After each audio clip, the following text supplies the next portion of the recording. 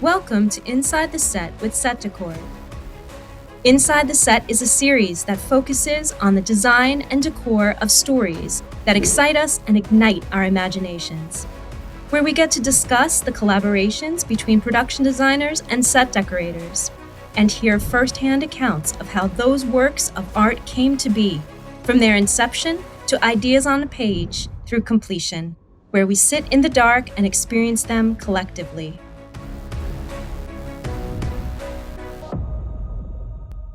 Welcome to Inside the Set with Set Decor.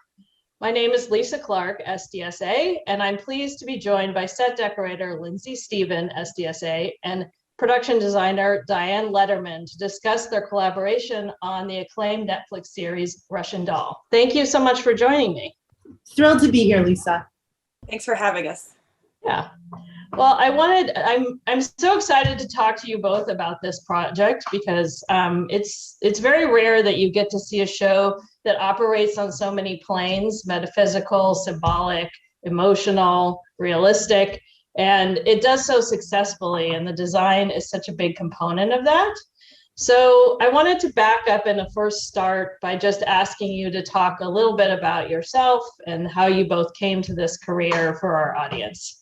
So I'm relatively new to the film industry. I went to film school, and after film school, I moved to LA, where I was working for National Geographic and the BBC.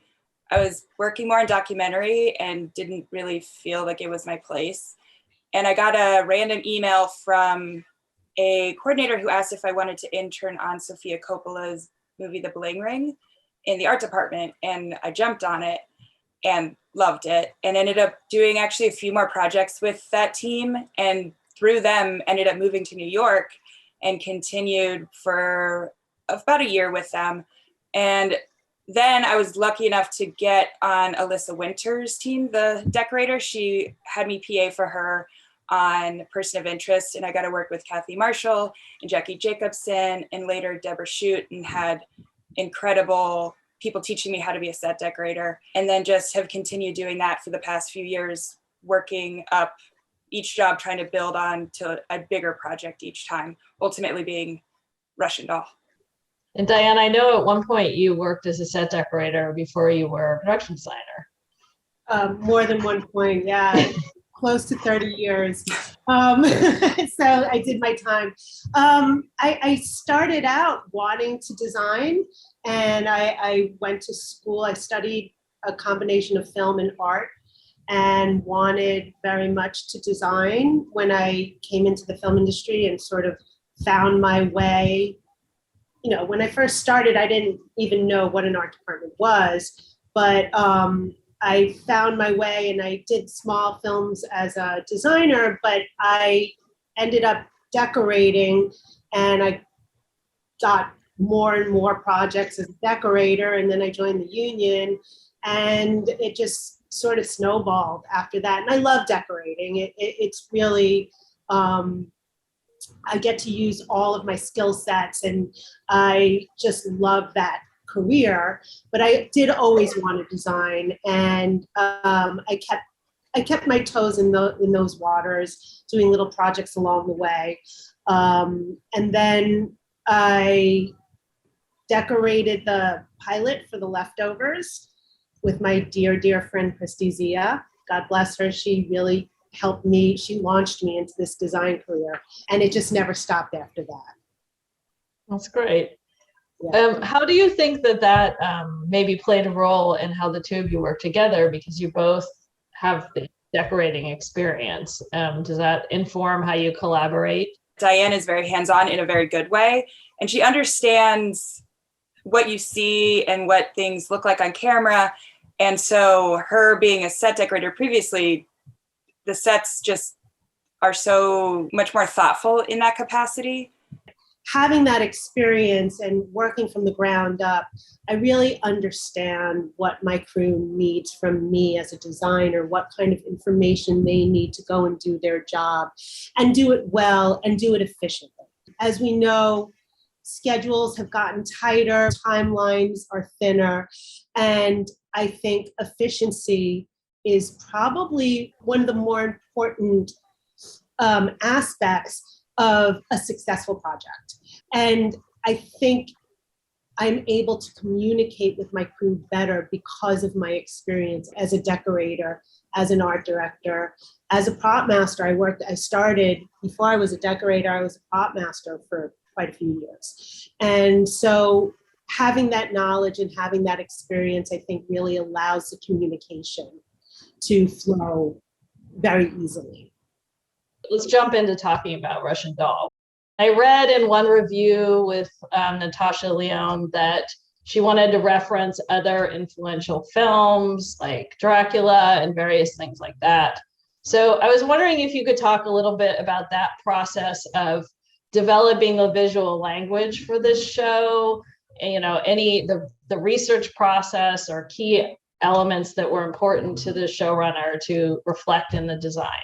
The references are deep. We talked about films from the 40s. We talked about films, silent film. We talked about a lot of photography. We really looked at so many vast references. But I would say the biggest influences were films of the 70s. Even though our main time period was 82, we were really influenced by a lot of the films of the 70s. This show easily had the most research and references of anything I've ever worked on. I actually visited our Dropbox earlier to kind of refresh myself since it's been a while since we did this. And it is deep references to what storefronts used to look like, what the city just was back in the 80s. And we had art department references, which leaned a lot more towards the subway. And then also Set Deck had our own references, and having not lived in 1982, I definitely now feel like I did. When we would go to sets, we would bring these packets of these pictures. We would bring the books that we had been referencing, and I'd give them to set dressers when they were dressing, be like, this is the idea of what we're trying to do. So from top to bottom, everybody was on the same page of exactly like, this is the look that we're going for. Yeah, the level of research is really obvious when you're looking at the show, because the tactile quality of even just the walking down the street in New York in the 80s, you can feel it when you're watching it. So it really shows. With that kind of research and sharing between departments, did you collaborate a lot with the costume designer in terms of the research they were doing? Very much so. Jen Rosen, who is our costume designer, the brilliant Jen Rosen. We had several calls, Zoom calls, me, Jen, Alex and Natasha, and Ula, our VP, just reviewing references. That was one of the other questions I had, was how much collaboration did you have in advance with the DP? We had the great fortune to have our DP very early on in the process, which you don't always have that opportunity. And Ula was right there with us, scouting locations and looking at images and references. And we really worked off of each other with me, Ula, and Jen collaborated very deeply on color and tone of each set. So we all knew what we were doing. Lindsay, how about you? Did you have interaction with the DP? I know a lot of times there's dialogue about the fixtures and the kind of tone, look of the lighting from a practical standpoint. Ula and I had a lot of interaction and a lot of collaboration. We would go through every fabric that we were using for window treatments to just make sure that the light went through in the way that she wanted. We would go over every practical, every shade, trying to get the colors and the textures so that they worked well together, and that we both try to accomplish the same things with the materials. So one of the other inherent challenges of this show that I thought was so fascinating that you pulled off so successfully was like walking that tightrope between real and surreal, and in the design choices and in the decoration. Like, one of the things that I noticed was when she first got on the train car, that's 1980, the choice to just put the posters but not all of the graffiti right away, so that you subtly are led into this time change. I was wondering if the two of you would be willing to speak to that. I would say that an overall guiding principle for the design was cement the fantasy with reality. And it was very important to Natasha that all the sets were very reality based. That way, the audience is brought into the story and can believe what they're seeing. We had a term we used a lot called like the anachronistic object. And so we'd have every set, we'd try to find something that when time started to break later on in the season, how could we change something subtly in order to kind of suggest this breaking of time? And it was actually pretty fun process to do because we didn't necessarily know what it was going to be. And so like the hospital, for example, we had vending machines that were present day 2022 vending machines. And then later we would replace them with some from the 70s. Or the train platform, there would be a modern, information booth. And then later we would have an older phone or an older clock. And we would just place those all over the place as kind of subtle Easter eggs into the breaking of time. And it was something that I think made that clear. It reminded me of Alice in Wonderland, where you're kind of led down the rabbit hole and there are little clues before you know what's happening, which I thought was really cool. From a logistical standpoint, Lindsay, because I know we don't always shoot in order, how did you track that stuff? Like, did you have a binder of all of, how did you keep track of that? I had really great production assistant, to be honest. We basically, once we would shoot something and we knew exactly what it was going to be, we would have color-coded scripts and things like that in order to try to give them exactly when things played. And it was a challenge, but it was successful, and everybody, begrudgingly, we were able to do it. It takes a lot of team effort and everybody being committed to the end result. So speaking of time jumping, there are a lot of time travel shows where you're more hit on the head by exactly what time period that you're in. And one of the things I loved about this was that you travel from the 80s in New York to the 60s in New York and East Berlin in the 60s and Budapest in the 40s, but there's like a visual through line at the same time in terms of color palette and use of pattern. And if you guys could talk a little bit about that process of creating those unique times and places, but still maintaining a visual narrative. As a general rule, I don't like kitschy period work. I don't like obvious period work.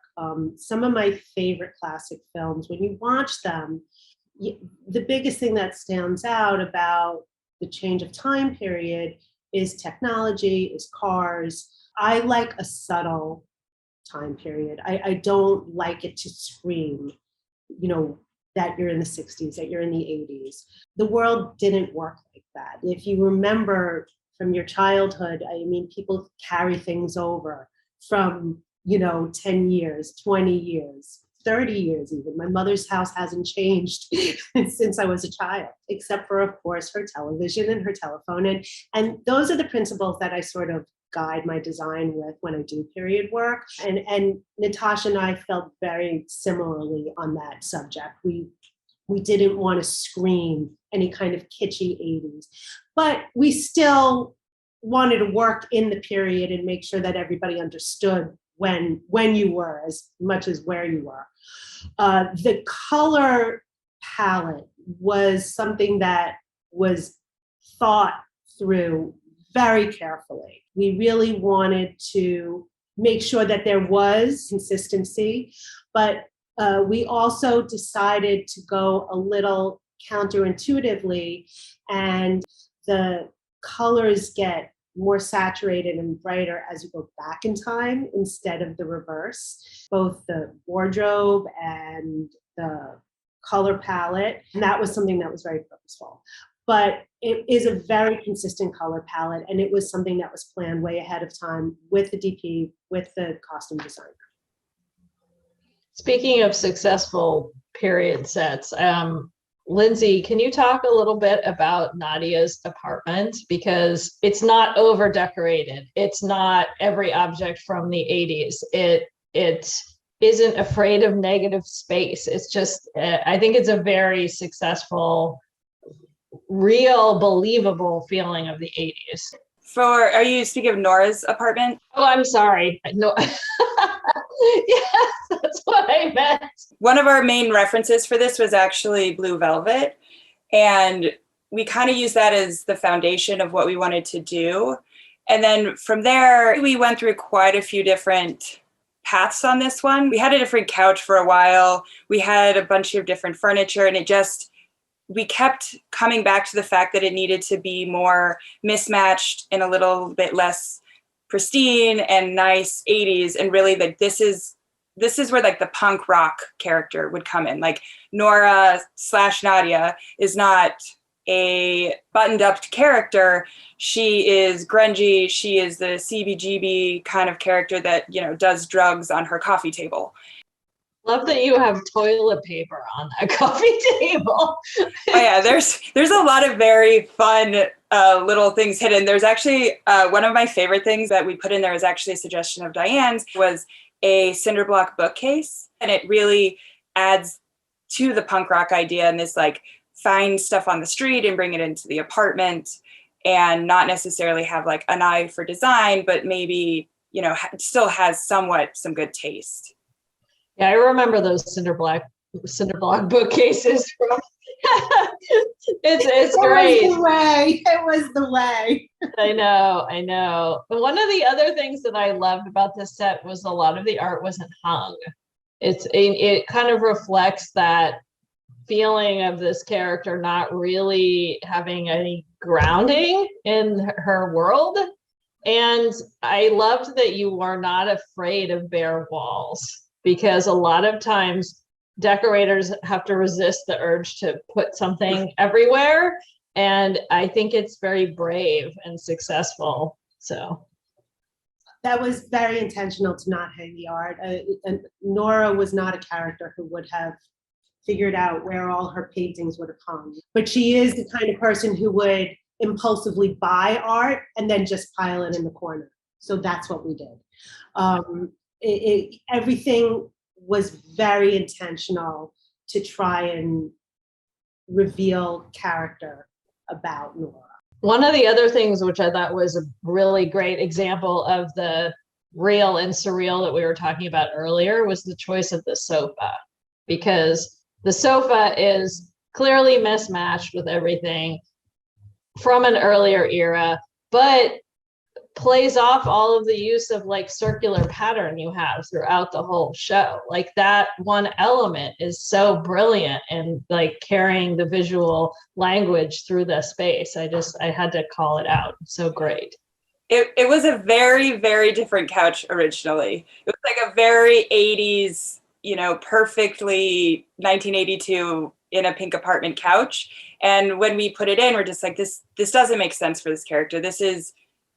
It fits too well for the period. It fits too well for being like a chosen item that she like would have gone into a store to get. And we wanted to make it seem more like something either got passed down to her or she found at a Goodwill or, something like that was much more in line with her character. Yeah, I think it's a brilliant choice. And it's a perfect example of how one object in a set decoration in an environment can say so much, so I just had to congratulate you on that. Thank you so much. This is one of our, I will say this is one of our favorite sets. So we are really proud of it. It's incredible. I think it's one of the best 80s sets I've seen. It's great.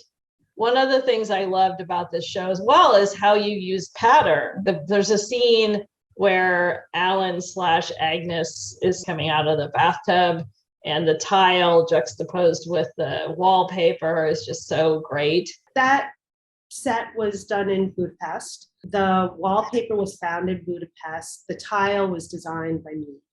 I wanted that strong pattern for that scene, and I couldn't find tile that I liked, so we painted it a color, and I designed a pattern that we put onto acetate and applied to the tile itself.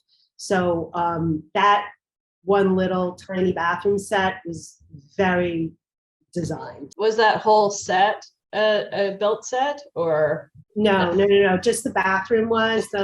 The rest of that was in actually a building in Budapest that was earmarked for destruction. It was an old brutalist building from the communist era, and we were able to film in it. We had a really fight to be able to film in it because it was earmarked for destruction, but we loved it, and we just went in there and painted and decorated and did all the stuff that had to be done to make it real.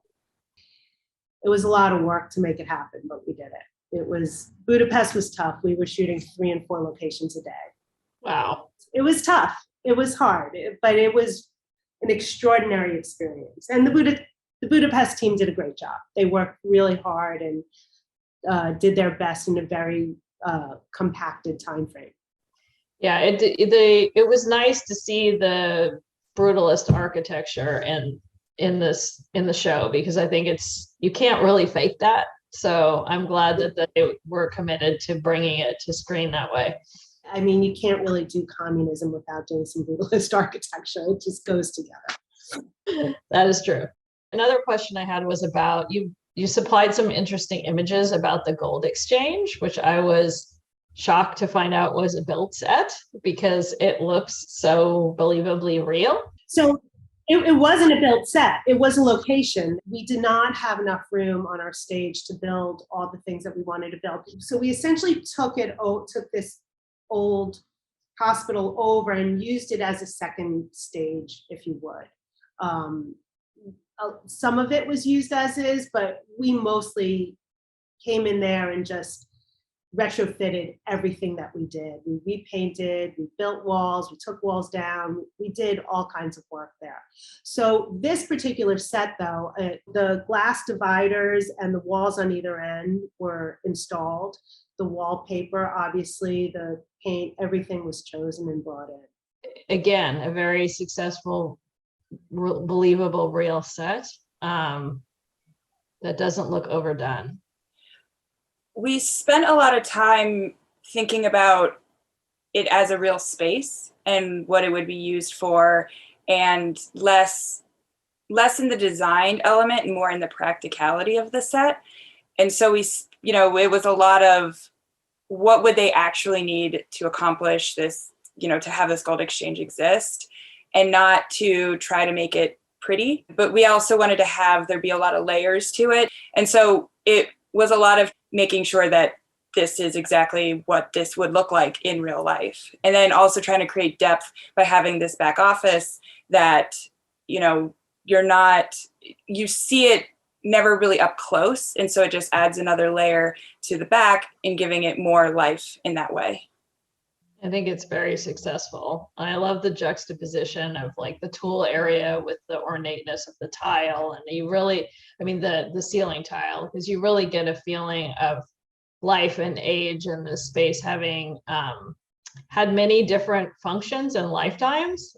And every set was thought of in that manner. When would this have been built, and what architectural elements would have remained and carried through time. And we really did think about that in every set that we worked in.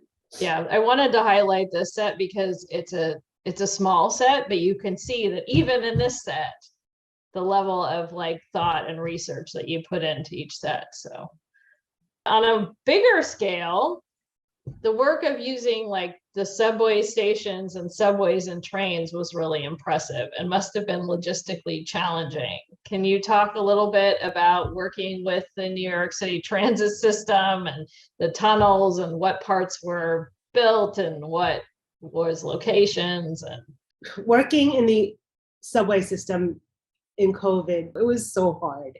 We had a really hard time. I think we were in 4 different subway stations. We owned 2 of them. 2 of them were open to the public and we were sharing with the public. So that was tough. That was really tough working around the public. And installing period elements. in a very compacted time frame because we were only allowed access from, I think it was 12 hours, including prepping, shooting, and wrapping. So it was really very, it was logistically challenging. Yeah, it looks like it. Was the subway car where most of the action took place, was that on stage, or was that? We had 2 subway cars on stage. We decided our car of choice was the R32 because we could get an R32 to travel on a live track, and we wanted an anachronistic car that we could believe still ran. And the R32s are being phased out, but there's still 1 or 2 of them that are riding the subway still. So that was the car that we chose as our hero car, that is the magic car that travels through time. We were able to get cars from 2 different places, and we got this main car was from a museum in Connecticut, and we retrofitted the whole car, which was really challenging. We needed to skin all the doors. We needed to take down all the strap handles. We redid the flooring. We had to die cut foam for all the seating to make the seats match. And then the graffiti was done in 2 different ways, which was we used a lot of clear contact paper and paint that would be removed. It was a lot of work. Did you have just one car that you had to like keep turning over and over, or? We had 2. We had 2 cars. Okay. But it sounds like you had to go backwards and forwards since the painting was done on contact paper. And we did. It was the biggest thing was keeping track of the ads, because that's obviously the most telling of what time period you're in, and that was another logistic nightmare.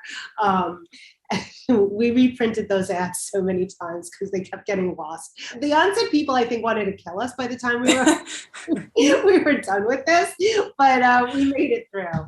The biggest challenge was creating the tunnel work, which we had 75 feet on each side of LED panels, which created our tunnel. And that was learning how to use the LED panels and the installation of those and how to work with them was a great learning experience, very valuable, something that I'm going to carry with me for, that is the future. And it was a great experience learning how to use that stuff. You spoke briefly about graphics, and that was another thing I wanted to hear a little bit more about, because the graphics are such a good marker for different eras. And the level of accuracy was impressive. So can you talk a little bit about the graphic design and tracking it through the show? Shout out Matthew Vidalis. Brilliant graphic designer. I won't do a movie without him. Ashley Waldron was our clearance coordinator, and she really spearheaded researching and finding all of those graphics and getting them all cleared. One of the sets that had a lot of graphics and seemed like it would also have significant set dressing challenges was Crazy Eddie's. Lindsay, can you talk a little bit about what went into pulling this off? I honestly, sometimes I'm not sure how we pulled it off, if I'm being honest. There was an insane amount of electronics that not only had to be period correct, but had to work. This was actually about halfway through our shooting, within like the shooting schedule that we went to Crazy Eddie's. We started basically day one, like, all right, we have to start sourcing all of these electronics. And thankfully, Visual Alchemy provided a lot of them, and also Acme provided quite a few too. And some of it we ended up just buying online, eBay and things, because, these kind of things like the cameras. But the heavy lifting besides all of those electronics was definitely the graphics. When we addressed it, it looked like an electronics store, but once we put up all of the graphics in the windows and inside, we had people coming outside taking photos being like, is Crazy Eddie's coming back? Like, is this real? When are you guys opening? Can I come in? And we're like, no, this is fake. But it was, a stamp of approval that we did it correctly. Yeah, I just had to do a 1970s record store on a show I just finished. And so when I saw these photos, I thought, oh my God, like, at least the record players didn't have to work like this. This is nuts. It was a lot. It was a lot. Yeah, yeah. Speaking of things that often just production designers and set decorators notice, you had to work in a lot of exteriors in New York and Budapest and still create a feeling that we had changed time periods. Lindsay and Diane, can you talk a little bit about like how you tracked that, like what subtle choices you made to make us feel like we were in a different time period when we were outside? I really tried to choose locations that needed minimal augmentation. The hardest, I think, is Astor Place. Astor Place was our main subway station for time travel. And, you know, we really had to be selective with the camera.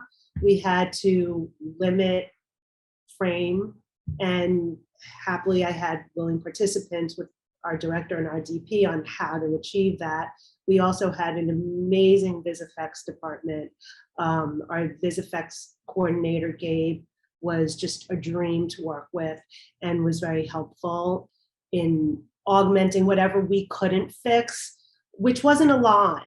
We had a truck that was dedicated to our street kit that we carried everywhere we went, which had insane amount of trash that we had made, plus dumpsters, phone booths, benches, trash cans. So anywhere we went that, like, if they needed anything, we're like, all right, if we can add this dumpster here and some trash, and like suddenly we're in 1982 New York. And we had to do that to hide quite a bit of the things that like they were going to see, and it was going to be too hard to take out in visual effects. One of our most successful things that we did was there's a newspaper stand that is actually I believe it's a taco stand normally or something like that, but it's like this bright orange box. We created a like quite large newspaper stand that had an incredible amount of detail.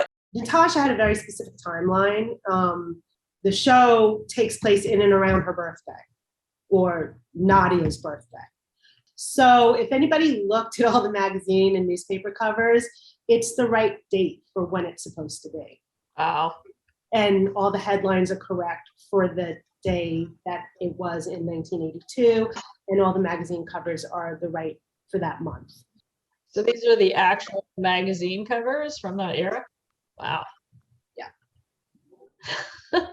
It's amazing how something this small is such a huge project, and that most people just watching the show would miss it because you created it to help hide something, but it becomes such a big moment in its own right. The other part of it was in Astor Place, there was an iconic newsstand there for many, many years. So it was important to have that element there. What actual landmarks existed, we honored as best we could. Speaking of effects, there were some what looked like in-camera effects in this show, particularly in the psych ward sequence, and then the party in Budapest where she falls through the bed. Can you talk a little bit how you created those? Yeah, a lot of those seemingly in-camera effects are not. A lot of those were actually done live. With augmentation from VisFX. So the first time Nora discovers that she has that Nadia discovers she's quantum leaped into Nora in Nora's bathroom, that set is a double set. The bathroom was built, there was a mirror image of the bathroom set built back to back of each other. The wall in between, there was a hole where the mirror would go. So this was important for Natasha because she wanted her and Chloe to react to each other live, you know, without having the aid of visual effects. So we built this double set for them. And so Natasha was on one side, Chloe was on the other. It worked very well. We designed artwork and then printed it backwards for the mirrored side of the set. So it was very complicated. it was a lot of work, but it was fun to do that. In the psych ward, that padded cell, that is just a very long room. So when the room looks normal, it's, you know, a long lens, you have the doctor and you have Nadia on either side. The room was designed so that the proportions width-wise would seem natural, but the actual set was very, very long. So that when you had this effect that the room seems to be growing, it's just actually, that's the real set. But she disappears into bed. That was a special effect, that we built this bed that collapsed into itself. And that was a live effect. It wasn't all visual effects. So we did a lot of things live that could have been done as effects, but we didn't. And it was a lot of work, but it was really satisfying to accomplish that and make all those tricks work on camera. I think it's more impactful because you did do it live. It feels different. It reminds me of some of the effects in Eternal Sunshine of a Spotless Mind, and that you feel like you're in somebody's head because they are live. That party sequence, it looks like from your photos it was a location, but there was a fair amount of set decoration too. Yeah, that was crazy. So the locations manager brought me here first, and I was like, I don't know what we're shooting here, but we are shooting here. This thing is amazing. So this was where the party sequence started, an abandoned power plant that's no longer in use. It's miraculous. It's absolutely miraculous. That's the exterior of it. So the party starts there, but what we call the DMT sequence, it takes place in that underground bunker. And we got special permission to go down into the sewer system. There was this big spiral staircase that we had to descend, and it went almost a mile down underground. And so we walked miles and miles and miles, and you had a lot of this concrete sewer tunnel. But then there were these bunkers built within the sewer system that were built then in case of nuclear war. So people could go down there and survive that. And so these bunkers punctuated the sewer system, and we fell in love with them and just couldn't figure out what to do with them. So we decided to do this DMT party sequence there, which sort of lent itself very naturally to that sequence, because we had this whole, camera rig that spun in spirals. Spirals, by the way, you notice that circles and spirals are a reoccurring motif throughout the season, which has obvious connotations to the story. And so wherever we found them, we used them. We really sought them out. There were several sets that were very subtle, to the point where you weren't even sure whether it was a location you walked into, like the Hells Angels. I'll just say this. There is not a single location that we just walked into. Everything was something else before we got our hands on it. This is the basement of a church that looked very different before we got our hands on it, for sure. Even the smallest sets, like Chez's little basement apartment, everything was completely redone and dressed to the nines. This set, we wanted to have elements that suggested that Chez was a very specific type of person, and we sought out, there's the artwork that you can see in this photo, it's all paint by numbers, which just felt very appropriate for his character. And then all of his, like the whole room focused basically around his awards and kind of living in the past, but also just creating this really, really sad life. Yeah, it's sad, but feels real. Yeah. Again. Yeah. Yeah, and by the way, the paneling was there, which was why we chose the room, but we painted the doors. I think we even had to install some of the doors and painted the molding. And I don't think there was a single location that we just walked into. What we didn't talk about at all was the emergency room, which was a huge set to build, and I thought was very, very realistic. And I was really thrilled with how it came out. No, it looks like a real hospital. We were supposedly in Lenox Hill. So the idea was it was an old building with a new wing, and that the emergency room was part of the newer wing. For me, what was important about the design of the set itself was the layout. In essence, this is actually a deconstructed spiral in design, and that's because we needed this movement to happen in the scenes where Natasha is discovering, or Nadia rather, is discovering Ruth several times over, and time is broken, and she's seeing the same characters in different places at different, in the same time.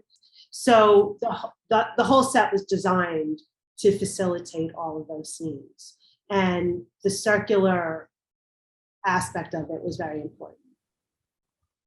I loved the detail of the pattern on the partition curtains in the hospital as well. Did you make those, Lindsay? Yes, we had those made. That I was thinking as we were discussing this, that was my favorite part of this set. Is I love those curtains. They are, I've done quite a few hospitals, and I have grown very attached to these curtains, just because I think they were very, very beautiful fabric that I think really works well in this space. I think it also helps carry that thread of pattern and playing with pattern, even in the space of the hospital, which I thought was really cool. Can you talk about how you compressed the set in the end when she breaks time between the classroom and her friend's apartment and the bathroom? We rebuilt the loft set, literally had to rebuild it because in the first season, I guess they ran out of time and it wasn't pulled apart very successfully to be rebuilt. So we really had to sort of rebuild it. And it took a long time to figure out where to put that classroom, but obviously before we started building, we figured out that we would take one part of the set away and put this classroom in its place. And it needed to be specifically right outside of where the bathroom was. And the important part here also, again, was very realistic elements of a yeshiva classroom to sort of sell the gag. One of the challenges with this particular set was these desks and chairs. It was something that we had gone through so many options and just never found anything that really quite felt right for the time period. It ended up being one of my assistants found a Ukrainian school, and actually we rented them from them. And so it was something that was very appropriate, and actually something that would have, was very close to being a yeshiva that they came from.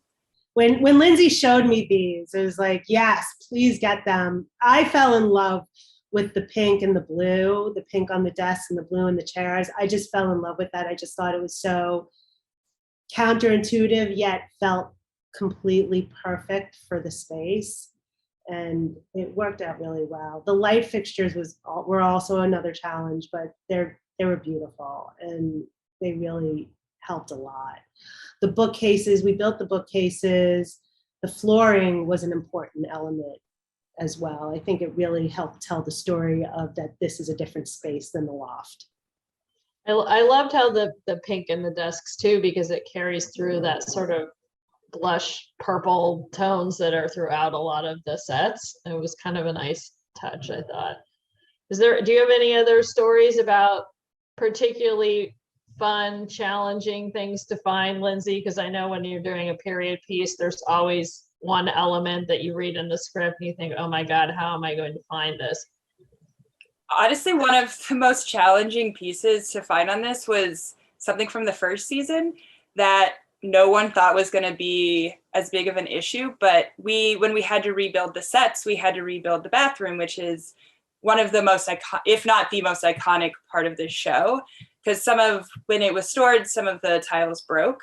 And literally the morning that I started this job, I reached out to the manufacturer, and we didn't shoot it for, I think, 2 months after that, and it showed up like 3 days before we were supposed to shoot that set. Were there any other COVID shipping challenges? I know that's been a thing. We ended up changing the wallpaper in Nadia's apartment because when they originally did it, they got this beautiful vintage wallpaper that was discontinued. There was none left. There was no big enough sample of it for us to recreate it. And so we decided to change her wallpaper and go a different direction. It was a nice progression for the character. She didn't just keep the same exact apartment, that she had changed it in the years since the original season.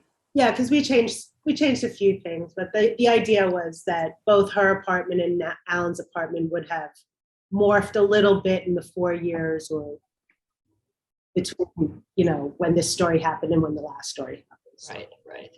Can you talk a little bit about what went into recreating the Alfa Romeo dealership and the relationship between locations and transpo and pulling this off?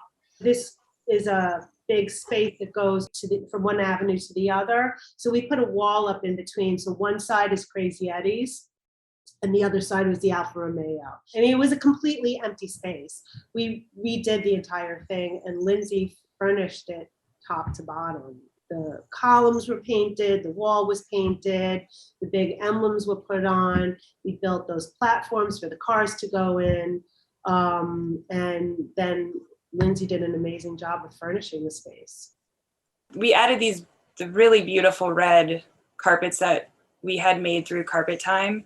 And then a lot of the furniture came from Bergen Office Furniture. They had such a great inventory of beautiful vintage furniture that would work perfectly in this space. It was a great opportunity to really do that red and black that is the classic 80s look. So I thought it was nice that you were so restrained and then used it here. So are there any SDSA vendors that you'd particularly like to call out and working on this show that were particularly helpful? City Knickerbocker is an incredible company that I use in most of the shows that I work on. And they helped out so much on this and were just such an incredible resource. Also Fabric City, where we got a lot of the fabrics that we use for the window treatments and for the reupholstering of the furniture. Newell, which helped with a lot of the furniture in Vera's, and Eclectic, which had the couch that we used in Nadia's, that is one of the most important pieces, I think, in the set. There's also Prop Specialties that had a lot of the electronics that we used in Crazy Eddie's, along with Visual Alchemy. Those two companies helped us out significantly by giving us the quantity that we needed that also worked. The bar is an interesting thing to talk about because it was really fun to revisit a lot of the locations from season 1 and return them to what might have been their 80s version of themselves. So the bar was one of those, and we had a lot of fun with that. We used Mean Streets was a big reference for that bar. The red light was very important. The idea that there's a stripper there covering all of the non-period correct items, replacing all of the neons. Hats off to Lindsay for that one. There's just a wall full of vintage neon that was, I know, not an easy thing to acquire. It wasn't an easy wall to install into. So I think once acquiring them, which there were a lot, and we got a lot of them from State Supply, it was trying to make sure that we could put them up, basically. But luckily, with clearances and everything, that wasn't too big of an issue, which was surprising to me. But that it was mostly the installation. I really enjoyed talking to you both. I feel really lucky to have gotten to be the person doing this interview. Lisa, thank you so much. It was wonderful. And we're so proud of the show. And we love talking about it. We can talk about it for hours. Yeah, you should be. It's impressive. So it's really cool. I can't wait to see what the next season is going to look like. Thanks for joining us for this episode of Inside the Set with Set Decor. Don't forget to subscribe to our YouTube channel and visit our website, setdecor.com.